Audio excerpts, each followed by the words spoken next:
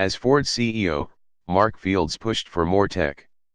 For Mark Fields, the prospect of being ousted as CEO of Ford Motor would mark a grim end of what had been a long rise through the ranks at the nation's second-largest automaker.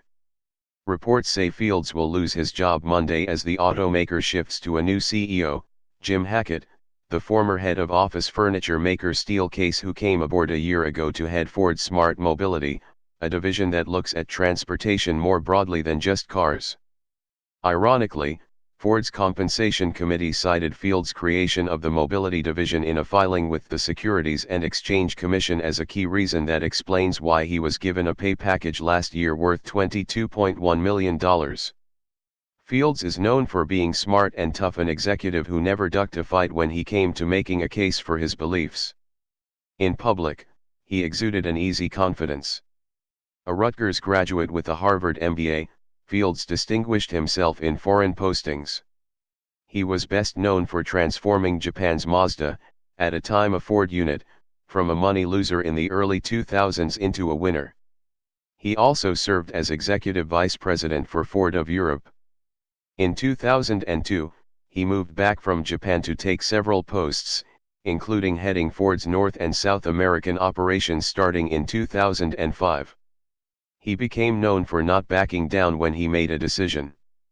At one point, when former Ford finance chief Don LeClaire wanted less spending on a key ad campaign, Fields reportedly shot back, "When you run the F business, you can do it, but you don't run it.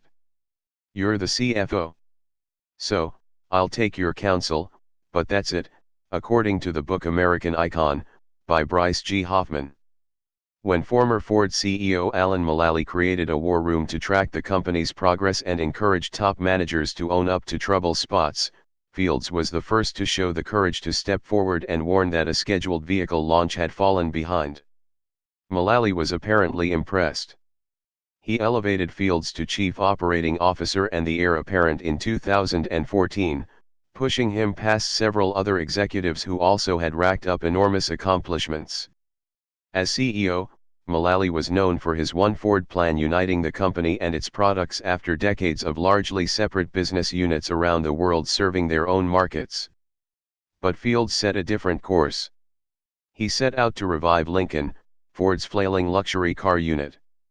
He made a huge play to have Ford viewed as a tech company, rather than just as an automaker, by investing in Ford's Silicon Valley Research Lab and promising tech startups. In February, for instance, Ford said it would plow $1 billion into a self-driving car startup in Pittsburgh called Argo AI. He launched the latest versions of some of Ford's most important products, including the Ford F-150 pickup, the nation's best-selling vehicle. And he attempted to woo President Trump, who had sent out tweets that castigated Ford with the charge which Ford and the automakers union roundly denied it was moving jobs to Mexico. Fields announced would cancel a $1.6 billion plant that it was going to build in Mexico. Instead, Fields said the company would spend $700 million to add 700 jobs to its Flat Rock, Michigan assembly plant that also will eventually make both electric and self-driving cars. "Make no mistake about it, Ford is a global automaker, but our home is right here in the United States," Fields told reporters at the time. Over the years, Mark Fields at Ford. 1989. Mark Fields joins Ford Motor. 2000.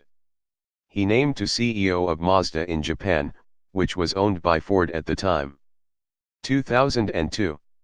He moves to other posts, including Executive Vice President of Ford of Europe in Dearborn, Mich. 2005. Fields is named President of the Americas. 2012. He becomes Chief Operating Officer, positioning him to succeed CEO Alan Mulally. 2014. Mulally departs and Fields take a top job.